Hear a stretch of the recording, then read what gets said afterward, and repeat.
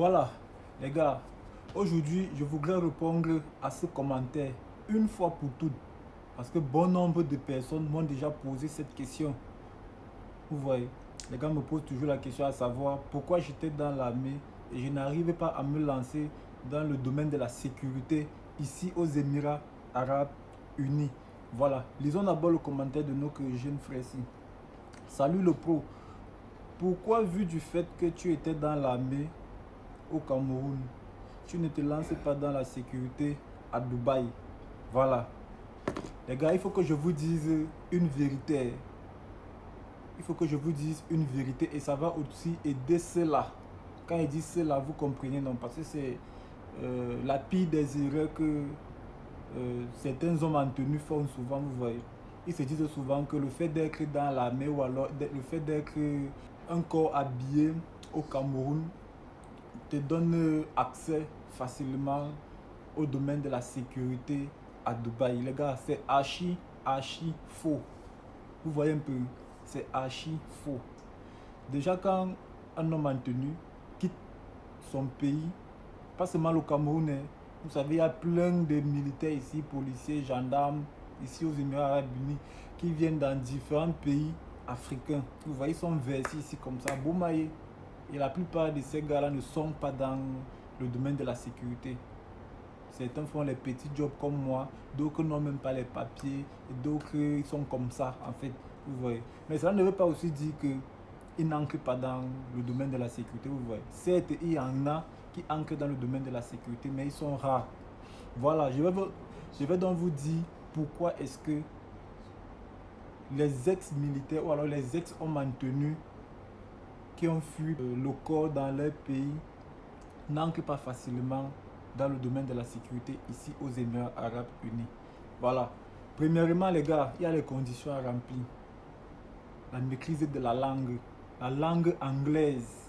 Ici, si tu ne connais pas la langue anglaise, si tu ne maîtrises pas la langue anglaise, là, gars, ça ne sera pas facile pour toi de faire la sécurité ici aux Émirats Arabes Unis, entre guillemets, Dubaï.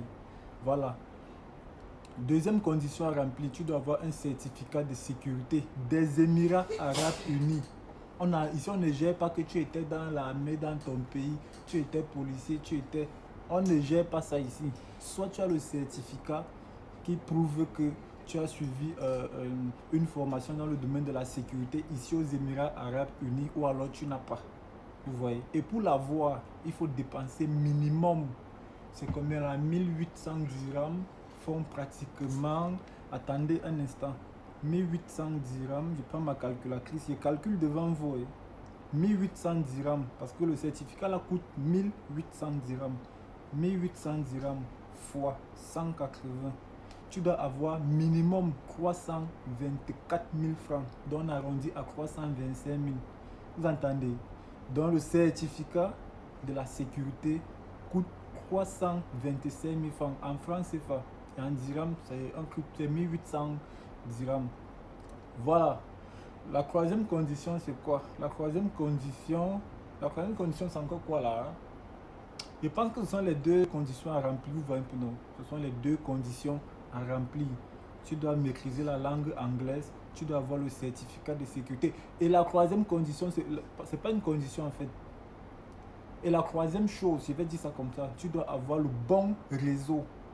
Vous voyez, ce n'est pas une condition, mais c'est une chose supplémentaire que je vais ajouter. Vous voyez, tu dois avoir le bon réseau de la sécurité. Parce que, les gars, je vous assure que la sécurité, c'est le secteur qui paye beaucoup plus. C'est l'un des secteurs qui paye beaucoup plus ici aux Émirats Arabes Unis.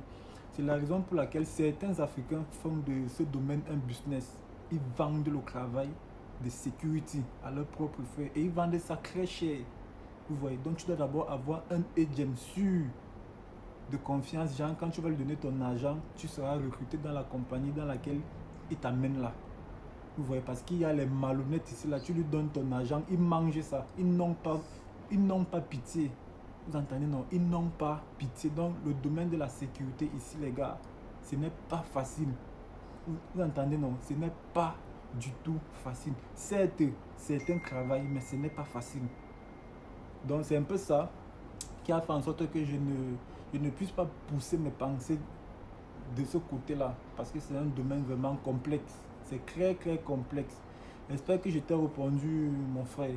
Donc, j'espère que ma vidéo va aider ceux-là qui pensent que non, le fait d'être dans l'armée ou alors le fait d'être un homme maintenu dans son pays d'origine lui donne facilement accès dans le domaine de la sécurité aux Émirats Arabes Unis.